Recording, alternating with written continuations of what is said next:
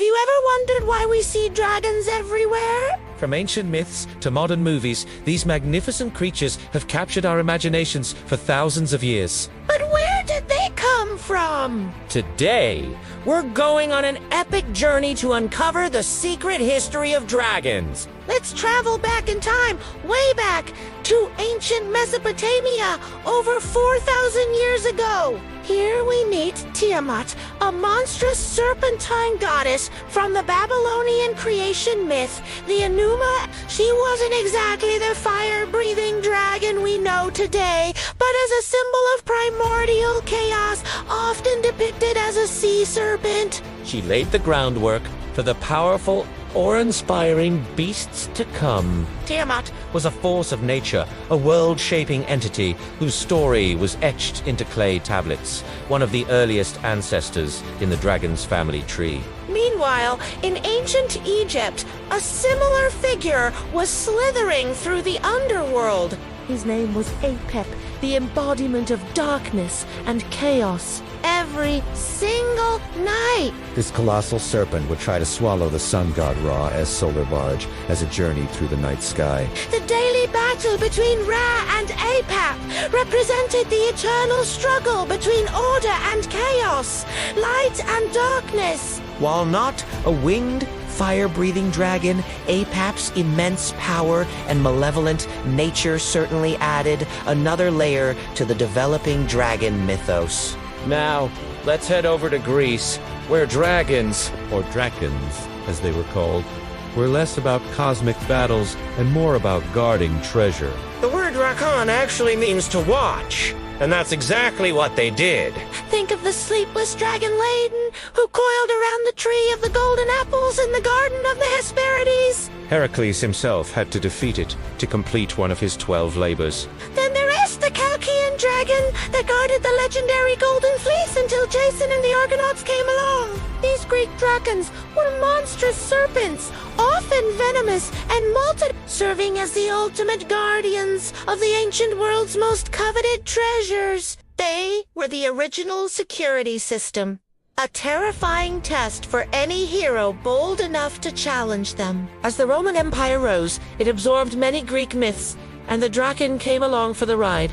But the Romans also gave the dragon a new job. Their military standards, the Draco, were windsocks shaped like dragons with hollow metal heads. When the cavalry charged, wind would whistle through the head and inflate the long silk tip. Making a terrifying hissing sound and creating a fearsome sight for their enemies. This is one of the first times we see the dragon not just as a mythical beast, But as a powerful symbol of military might and intimidation, flown high on the battlefield. Now, let's journey east, all the way to ancient China, where the dragon, or Loam, Pia takes on a completely different personality. Unlike its often malevolent Western cousins, the Chinese Long is a benevolent, divine creature.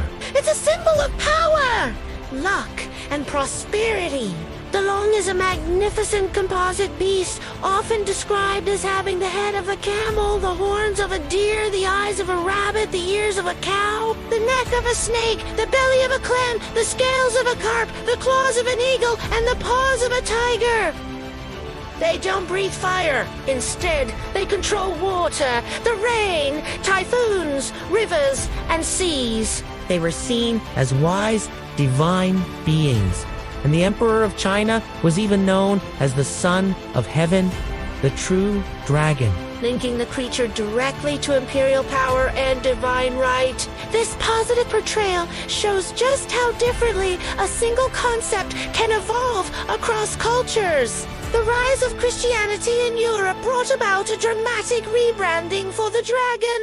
In the Bible, particularly in the book of Revelation, the dragon becomes a symbol of ultimate evil, identified with Satan himself. This is the great red dragon with 7 heads and 10 horns, a figure of pure malevolence. This association cemented the dragon's role as a villain in Western culture. Suddenly, stories about saints and knights battling dragons became incredibly popular. these weren't just monster hunts. They were allegories for the fight between good and evil, Christianity versus paganism. The most famous of these is the tale of St. George and the Dragon, where the heroic knight saves a princess and an entire town by slaying a fearsome beast. This story, and others like it, solidified the dragon as the ultimate antagonist for any aspiring hero to conquer. During the Middle Ages, dragons became a staple of heraldry and folklore.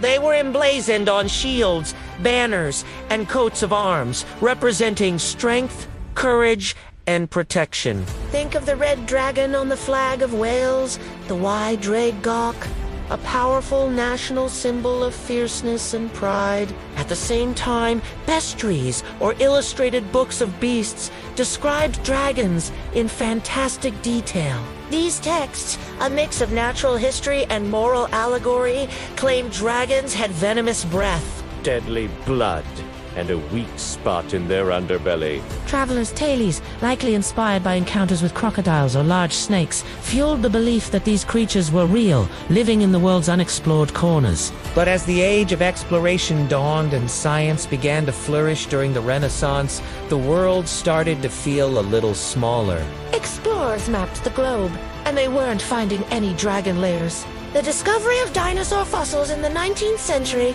provided a new Scientific explanation for the giant bones that might have once been mistaken for dragon remains. For a while, it seemed like the age of the dragon was over, relegated to the dusty pages of myth and legend. But you can't keep a good dragon down. The 20th and 21st centuries saw a massive resurgence of the dragon, thanks to fantasy literature and film. J.R.R. Tolkien gave us Smaug and the Hobbit.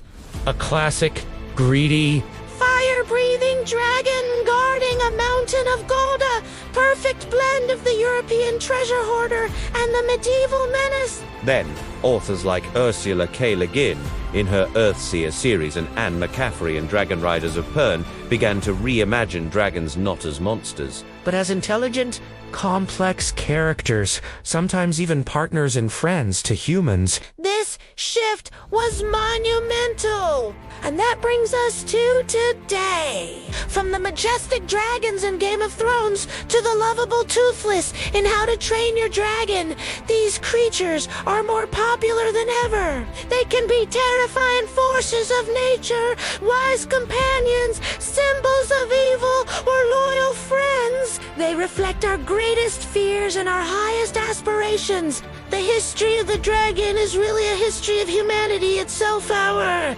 need to explain the unexplainable, our fascination with power, and our endless capacity for imagination. From the primordial chaos of Tiamat to the companions of modern fantasy. The dragon has evolved with us, forever flying through the skies of our collective imagination. Thank you so much for joining me on this incredible journey through time. If you enjoyed this video, Please give it a thumbs up and do eNet. Forget to subscribe and hit that notification bell so you do eNet miss our next adventure into history and myth. See you next time.